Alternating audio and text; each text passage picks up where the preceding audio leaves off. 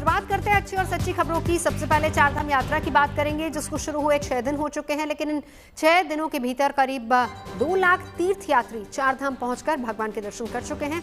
और दर्शन करने वाले इन श्रद्धालुओं में प्रदेश के राज्यपाल गुरमीत सिंह भी शामिल हैं, जिन्होंने बद्रीनाथ पहुंचकर भगवान बद्री विशाल के दर्शन किए।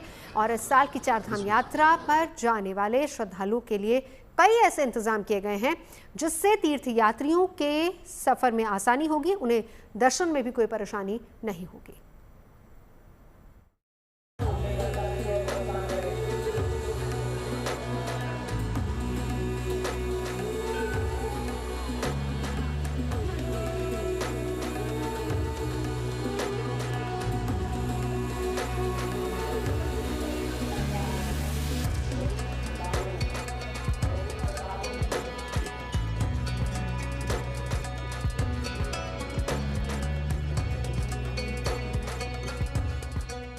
तीर्थ यात्रियों में ये उत्साह, ये उमंग और ये जोश है देवभूमि उत्तराखंड की चारधाम यात्रा को लेकर, जिसके शुरू होने के बाद से चारों धाम श्रद्धालुओं से गुलजार है। चाहे गंगोत्री धाम हो और यमुनोत्री धाम या फिर केदारनाथ और बद्रीनाथ धाम हो, देश और दुनिया भर से श्रद्धालु इन दिव्य धामों के दर्शन और पूजन के लिए दौड़े चले आ रहे हैं। इन श्रद्धालुओं में आम लोग भी शामिल हैं और खास लोग भी शामिल हैं। उत्तराखंड के राज्यपाल गुरमीत सिंह भी उन खास लोगों में शामिल हैं, जिन्होंने आज भगवान बद्री विशाल के दर्शन किए और प्रदेश की सुख समृद्धि और खुशहाली के लिए प्रार्थना की। लेकिन कुछ ऐसे लोग भी हैं जिन्होंने दिव्यांगों को चारधाम यात्रा पर ले जाने का बीड़ा उठाया है। ये है गुजरात की रहने वाली अनुजा वैद्य, जो एक पर्वतारोही है और ये गुजरात के एक स्कूल के दिव्यांग बच्चों को चारधाम यात्रा पर लेकर आई है। अनुजा, आप बता रहे थे कि दिव्यांग बच्चों को लेकर के आप चल रहे हैं, क्या है ये कॉन्सेप्ट? देखो, ऐसा है कि ये लोग अब स्कूल से हैं, एक गुजरात की एक स्कूल से हैं। अब गवर्नमेंट ने ना जब से एक एक्सीडेंट हुआ तब से बंद कर दिया है कि इनको बाहर स्कूल की तरफ से नहीं ले जा सकते और ऐसा सब। तो इन लोग जैसे नॉर्मल बच्चे होते हैं हम सब, तो हम तो कहीं भी कोई भी कंपनी के साथ कहीं भी चले जाते हैं। अब इनके लिए वो फैसिलिटी हर जगह अवेलेबल नहीं होती ना, और इजी भी नहीं होता है। तो ये कब निकलेंगे बाहर, ये कब देखेंगे दुनिया? तो हमने सोचा इस बार और सब चीजों से अच्छा, या कहीं कुछ चैरिटी करने से अच्छा, या ऐसा कुछ इनको खुद अपने साथ लेके चलते हैं, इन्हें दुनिया अलग नजरों से दिखाते हैं और इन्हें नया एक्सपीरियंस देते हैं जो शायद इन्हें नहीं मिलेगा या मतलब इन्होंने नहीं देखा होगा। कैमरामैन से चाहूंगा एक बार दिखाएं जरा इन युवाओं के चेहरे को, जो है सुन नहीं सकते और बोल नहीं सकते, देख सकते हैं। हालांकि जैसा कि अभी ये बालिका ने बताया कि उनके पेरेंट्स भी साथ में आए हैं, तो कुल मिलाकर के सिक्योरिटी के पॉइंट ऑफ व्यू से वो भी आपका सपोर्ट कर रहे हैं। आपका नाम क्या है सर? मेरा नाम चेतराम प्रजापति है। मैं अपनी तरफ से नमस्कार। आप कहाँ से हैं सर? मैं गुजरात से हूँ। अच्छा, आपके बच्चे भी? हाँ, एक मेरा बच्चा है। कैसा लग रहा है आपको? बहुत अच्छा लग रहा है, बहुत अच्छा लग रहा है इनके साथ। अनुजा वैद्य और इन दिव्यांग बच्चों की तरह हजारों तीर्थ यात्री रोजाना दूर दूर से देवभूमि आ रहे हैं, जिनकी इस चारधाम यात्रा को आरामदायक और सुरक्षित बनाने के लिए इस बार उत्तराखंड सरकार ने कई जरूरी कदम उठाए हैं, जिससे श्रद्धालुओं को सफर के दौरान और दर्शन के लिए ज्यादा परेशानी न उठानी पड़े, जिसकी एक तस्वीर बद्रीनाथ धाम में भी इस बार देखने को मिली है, जहां केदारनाथ की तरह ही दर्शन के लिए टोकन सिस्टम लागू किया गया है, जिसके तहत तीर्थ यात्रियों को मंदिर में दर्शन के लिए टाइम स्लॉट दिया जा रहा है, ताकि लोगों को ज्यादा देर लाइन में न लगना पड़े। जो यात्री रजिस्ट्रेशन करा के आ रहे हैं ऑनलाइन पोर्टल के माध्यम से, उनको धाम में बने 3 स्लॉट काउंटरों पर स्लॉट दिया जा रहा है और स्लॉट देने पर उनको उसमें टाइमिंग की व्यवस्था की गई है और उसी टाइमिंग के अनुसार उनके दर्शन की व्यवस्था भी है। आप देख सकते हैं सुरक्षा व्यवस्था को लेकर के भी चाक चौबंद यहाँ पर व्यवस्था की गई है। किसी तरह से तीर्थ यात्रियों को कोई परेशानी न हो, इस बात का खासा ख्याल रखा जा रहा है। उसके साथ ही जो यहाँ पर जो पर्यावरण को लेकर के और साथ में कचरा प्रबंधन को लेकर के जो बात की जा रही है, वो भी यहाँ पर जो है यमुनोत्री मंदिर समिति के द्वारा और साथ में जो स्थानीय प्रशासन है, नगर पंचायत गंगोत्री है, माकूल व्यवस्था यहाँ पर की गई है। कहाँ से आए हैं आप? चित्रकूट बांधा। कैसा लग रहा है इस पर व्यवस्था? बहुत अच्छा, माँ की बहुत अपरंपार कृपा रही हम लोगों के ऊपर कि हम लोग इतना अच्छे से आ गए यहाँ। राज्य सरकार और स्थानीय प्रशासन के द्वारा अच्छी व्यवस्था है और बहुत ही इन लोगों का स्वभाव इतना अच्छा है, कुछ कहने को नहीं। क्योंकि हम यमुनोत्री भी गए, यमुनोत्री से यहाँ आए, गंगोत्री भी आए, गंगोत्री में भी रुके और जो भी लोग मिले यहाँ बहुत ही सभ्य मिले हैं हमको, बहुत ही अच्छा। कहाँ से आए हैं आप? अमेरिका से गंगोत्री के दर्शन। अमेरिका से? अरे वाह! तो ये मेरी बहन आए, दोनों जन। कैसा लगा आपको? बहुत अच्छा लगा। कहाँ पर वैसे कोई अभी तक कुछ दिक्कत नहीं। इतना ही नहीं, प्रशासन की ओर से मोबाइल ATM जैसी सुविधा भी यात्रा मार्ग पर देखने को मिल रही है, जिसका सीधा फायदा तीर्थ यात्रा पर आने वाले श्रद्धालुओं को मिल रहा है।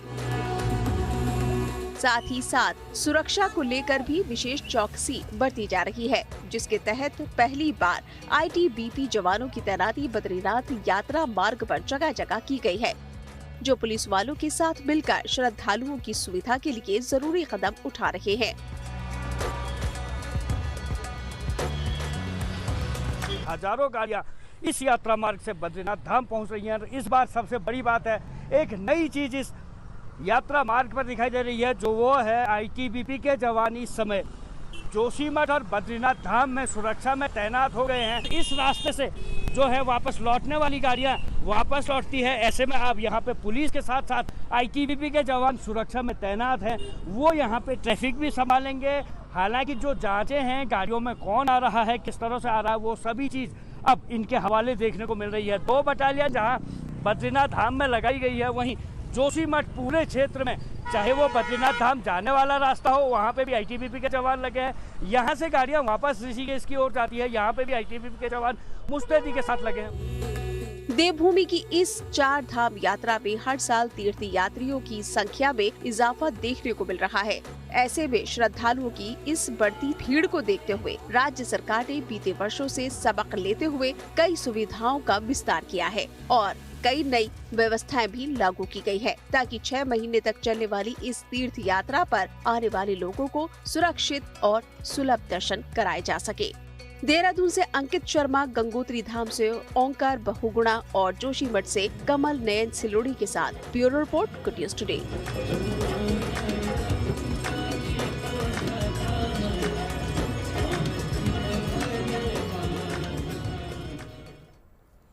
और अगली खबर मौसम से जुड़ी है। अभी मानसून के आने में हालांकि वक्त है, लेकिन इन दिनों देश के ज्यादातर राज्यों में आंधी बारिश का दौर चल रहा है, जिसके चलते तापमान में अच्छी खासी गिरावट देखने को मिल रही है। और मौसम विभाग का अनुमान है कि आने वाले 5 से 6 दिन मौसम इसी तरह का रह सकता है। ज्यादातर हिस्सों में आंधी तूफान जैसी स्थिति ही रहेगी। तो ऐसे में गर्मी से बेहाल लोगों के आने वाले कुछ दिन राहत भरे जरूर होंगे।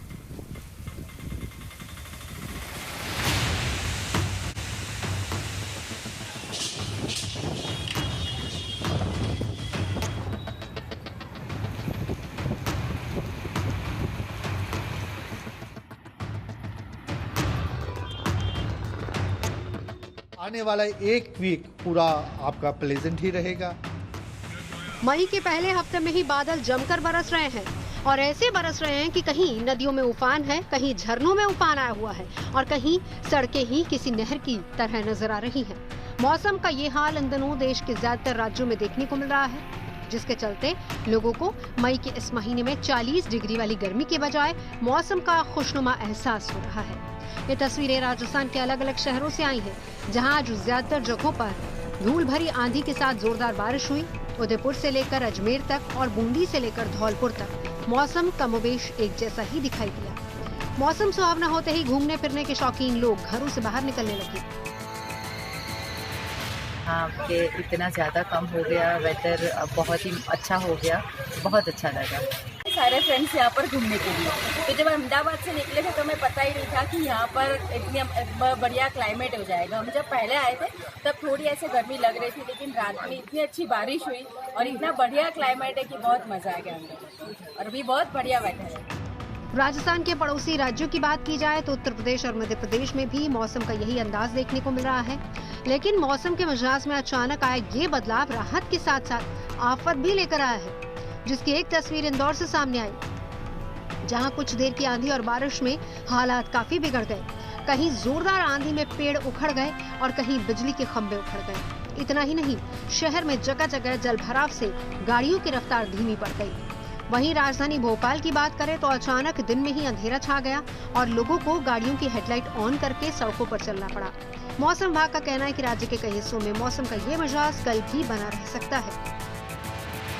कल का जो पश्चिमी विक्षोभ था जो कि नॉर्थ वेस्ट राजस्थान और एडजॉइनिंग पाकिस्तान के ऊपर था, वो आज भी 3.1 और 7.6 किलोमीटर के ऊपर बना हुआ है। एक और cyclonic circulation north west Madhya Pradesh के ऊपर 1.5 किलोमीटर के ऊपर बना हुआ है। South of the Uttar Pradesh के ऊपर एक और साइक्लोनिक सर्कुलेशन 0.9 किलोमीटर के ऊपर बना हुआ है। इसी तरह से एक 850 HPA लेवल के ऊपर 1.5 किलोमीटर पे एक ईस्ट वेस्ट ट्रफ जो है वो आज जारी है। तो इन सब के होते हुए आज और कल जो है मध्य प्रदेश के अधिकांश जिलों के अंदर वर्षा की जो छिटपुट गतिविधि है वो जारी रहेगी। साथ में थंडरस्टॉर्म, लाइटनिंग और गस्टी विंड्स जो हैं वो 50 to 60 के अंदर जो है वो कई जगहों पे दर्ज की जाएंगी। लेकिन जो ऑरेंज अलर्ट जारी किया गया है वो आज नॉर्थ वेस्ट के ज़िलों के अंदर, जैसे कि जो भिंड, मुरैना, ग्वालियर, दतिया, श्योपुर, शिवपुरी के अंदर, और ईस्ट जो हमारा जो सियोनी, मांडला, डिंडोरी आदि के ज़िले हैं, सिद्दी, सिंगरौली के जो ज़िले हैं, माऊगंज के जो ज़िले हैं, उसके अंदर हेल स्टॉर्म होने की भी आज और कल संभावना जो है वो बनी रहेगी। 3 दिन पहले ही मौसम वैज्ञानिकों ने मौसम को लेकर अलर्ट जारी किया था, जो पहाड़ों से लेकर मैदानी राज्यों तक सही साबित होता नजर आ रहा है। मौसम को लेकर अब ताज़ा अनुमान ये है कि अगले 5 से 6 दिन देश के कई हिस्सों में आंधी, बारिश और ओलावृष्टि देखने को मिल सकती है। ऑलमोस्ट पूरा का पूरा कंट्री में ही, जहाँ तो ऑरेंज अलर्ट है, जहाँ येलो अलर्ट है, सिर्फ कुछ कर्नाटका का पार्ट है जहाँ पे हमारा कोई वार्निंग नहीं है। उसका कारण ये है कि अभी एक वेस्टर्न डिस्टर्बेंस है जो पाकिस्तान के ऊपर है। उसके अलावा लो लेवल में सर्कुलेशन जो बोले कि low pressure zone type near surface बना हुआ है जो बहुत ज़्यादा फेवरेबल है। उसके साथ ही टफ हैं जो वो भी एक लो प्रेशर जोन टाइप होता है, जैसे सरफेस से लेके 1 किलोमीटर या 2 किलोमीटर तक है, जिसका वो एक ईस्ट वेस्ट टफ बना हुआ है राजस्थान से लेके साउथ इंटीरियर कर्नाटका तक। दूसरा जो ट्रफ बना हुआ है वो राजस्थान से लेके वेस्ट बंगाल तक, आपका बांग्लादेश तक है। तो ये सारी चीज़ें जो हैं, उसके साथ ही जो मॉइस्चर है वो बे ऑफ बंगाल से भी आ रहा है, अरेबियन सी से भी आ रहा है, जो बहुत ज़्यादा फेवरेबल है, जिसके कारण ये है कि हम पूरा नॉर्थ वेस्ट इंडिया में थंडरस्टॉर्म, हेल स्टॉर्म एक्टिविटी या थंडरस्कॉल एक्टिविटी एक्सपेक्ट कर रहे हैं। जो टेम्परेचर्स है सामान्य से कम है, काफ़ी प्लेजेंट है, और आने वाला 1 वीक पूरा आपका प्लेजेंट ही रहेगा। कुल मिलाकर अगले कुछ दिनों में देश के ज्यादातर हिस्सों में मौसम का हाल ऐसा ही रहने वाला है, जिससे लोगों को राहत तो मिलेगी, लेकिन साथ ही साथ सतर्क रहने की बहुत जरूरत है। जयपुर से रिदम जैन, देहरादून से अंकित शर्मा, भोपाल से रविश पाल सिंह, इंदौर से धर्मेंद्र शर्मा के साथ bureau report, good news today. और अब बात है कि ऐसी ऐप की जो बाढ़ की तबाही से पहले ही लोगों को आगाह कर देगा। पारंपरिक तरीके से सैटेलाइट के जरिए बाढ़ जैसी प्राकृतिक आपदा पर नजर रखने के दौरान हाई रेजोल्यूशन ड्रोन से भी मदद ली जाएगी। फ्लड डिजास्टर रिस्पॉन्स सिस्टम आधारित इस ऐप की मदद से ये पता चल पाएगा कि किस एरिया में कब बाढ़ आएगी, पानी का स्तर कहां तक पहुंचेगा। अलर्ट मिलते ही उस इलाके के लोग अपने बचाव के लिए जरूरी इंतजाम कर पाएंगे। IIT कानपुर के अर्थ साइंस डिपार्टमेंट की देखरेख में एक स्टार्टअप की तरफ से डेवलप किए गए इस ऐप से निश्चित तौर पर जानमाल के नुकसान को कम किया जा सकेगा।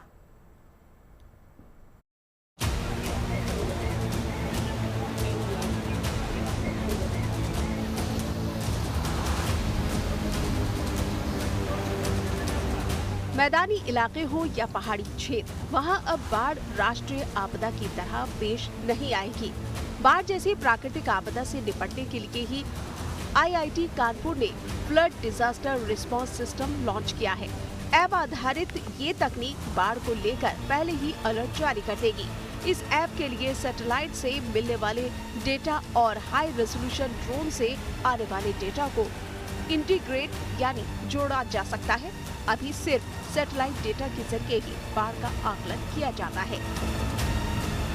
बेसिकली जो है satellite high resolution drone data से हमें इमेजेस मिलती हैं और उसके बेसिस पे हम एक high resolution digital elevation model बनाते हैं, जिससे हमें टोपोग्राफी का आइडिया लग जाता है।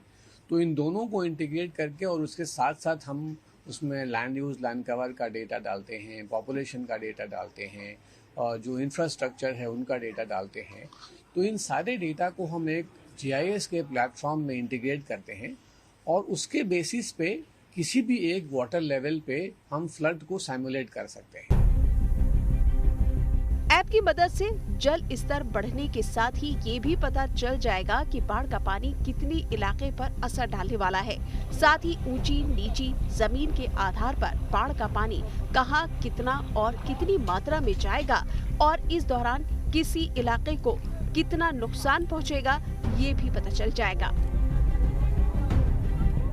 किसी एक अगर नदी का लेवल किसी एक लेवल से ऊपर जाता है तो कौन सा एरिया पॉपुलेट होगा, कौन सा एरिया फ्लड होगा, कौन सा एरिया में कितना पॉपुलेशन इफेक्ट होगा, कितने विलेजेस इफेक्ट होंगे, कौन सा इंफ्रास्ट्रक्चर इफेक्ट होगा, इन सारी चीज़ों की का जो डेटा सेट है वो इस वेब बेस्ड प्लेटफॉर्म से जनरेट होता है। अभी तक पुराने अनुभवों और पुरानी तकनीक के आधार पर नदियों में खतरे के निशान के करीब पानी आते ही आसपास गांव के लोगों को हटा दिया जाता है। हालांकि जब अचानक पानी बढ़ता है तो कई गांव डूब भी जाते हैं, फसलें खराब हो जाती हैं। लेकिन अब फ्लड डिजास्टर रिस्पांस सिस्टम की मदद से बाढ़ आने से पहले ही इलाके को पूरी तरह खाली करवा लिया जाएगा, ताकि जान और माल का नुकसान न हो पाए। सबसे इम्पोर्टेंट बात है कि आपको पहले से पता लग सकता है कि आपका कौन सा एरिया जो है इनंडेट होने वाला है, और उसके अनुसार आप राहत कार्य जो है वो उसके अनुसार आप प्लान कर सकते हैं। तो ये सबसे इम्पोर्टेंट बात है। तो अगर ये इन्फॉर्मेशन पहले से सरकार को अवेलेबल हो तो वो उसके अनुसार लोगों को वहाँ से हटा सकती है, लोगों को वहाँ से वार्न कर सकती है, प्रॉपर्टी बचा सकती है, इंफ्रास्ट्रक्चर को सेफ गार्ड कर सकती है। तो बहुत सारी सुविधाएं जो है वो उसके अनुसार मिल सकती हैं। कानपुर के गंगा बैराज के पास करीब 4000 हेक्टेयर में मौजूद 20 से 30 गांवों को शामिल किया गया था, जहां फ्लड डिजास्टर रिस्पांस सिस्टम का सफल ट्रायल किया गया। इस ऐप की खूबियों को देखने के बाद प्रशासन ने कानपुर जिले का सर्वे कराने का निर्देश दिया है, ताकि बाढ़ की स्थिति में कानपुर के लोगों को सुरक्षित रखा जा सके। गंगा और पांडु नदी किनारे बसे कानपुर का बड़ा इलाका हर 2 से 3 साल में बाढ़ से प्रभावित हो जाता है। हमने प्रोफेसर साहब से और कंपनी से रिक्वेस्ट किया पूरा कानपुर का कर लें, ताकि हम लोग हर बार, आप जानते हैं कानपुर तो एक तरफ से फ्लड प्लेन में है, गंगा का फ्लड प्लेन में है, हर 2 साल 3 साल तो एक बड़ा बाढ़ आ ही जाती है, उस समय में परेशान हो जाते हैं हम। यदि तो अर्ली वार्निंग की तरफ से हमें पहले पता चल जाता है 1-2 महीने पहले ही, उसी के हिसाब से हम तैयारी कर लेंगे कि वहाँ फ्लड प्लेन में जो कितने लोग रहते हैं उन लोग का तो दूसरे जगह शिफ्ट करते हैं, और फसल का पहला कटना है, जल्दी कटना, तो उसको फसल को भी नुकसान से बचा सकते हैं। ये ऐप सिर्फ कानपुर तक ही सीमित नहीं रहेगा, बल्कि इसका इस्तेमाल पूरे राज्य या फिर देश के दूसरे इलाकों में भी किया जा सकता है। बस यहाँ का सर्वे करने के लिए डेटा अपलोड करने की जरूरत पड़ेगी। IIT कानपुर के अर्थ साइंस डिपार्टमेंट ने टेरा एक्वा UAV स्टार्टअप के साथ मिलकर ये ऐप डेवलप किया है। करीब 8 महीने की रिसर्च और मेहनत के बाद ये ऐप डेवलप किया गया है, जिसकी मदद से बाढ़ की त्रासदी को कम किया जा सकता है। Bureau report, good news today. इन दिनों डेस्टिनेशन वेडिंग जैसे अलग ट्रेंड तेजी से चलन में है, ऐसा ही एक और ट्रेंड तेजी से सुर्खियों में है, वो है फेक वेडिंग ट्रेंड, यानी कि नकली शादी, जहां पर दूल्हा दुल्हन सजते हैं, तमाम रस्में निभाई जाती हैं, शादी की शहनाई भी बजती है, ढोल की थाप पर लोग थिरकते भी हैं, लेकिन शादी फेक होती है। क्या है अनोखा ट्रेंड, देखिए जरा।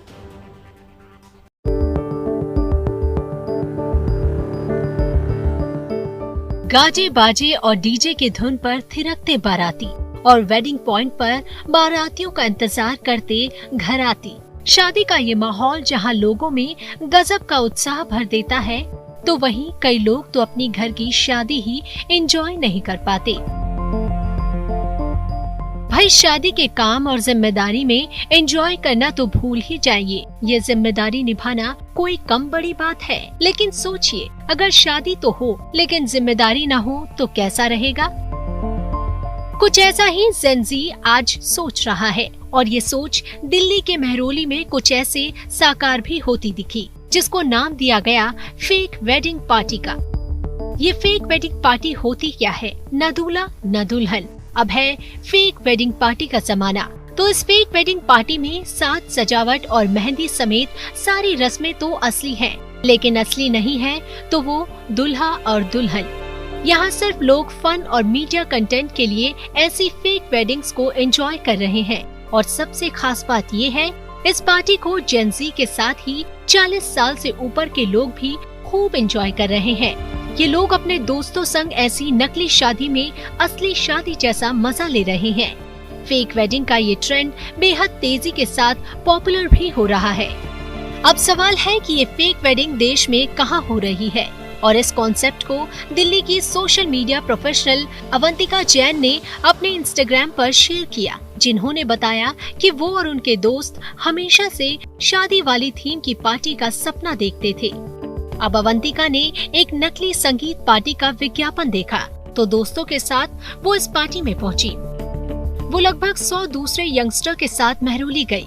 यहाँ कुतुब मीनार के सामने एक प्रीमियम रेस्टोरेंट और क्लब में एक नकली संगीत फंक्शन चल रहा था।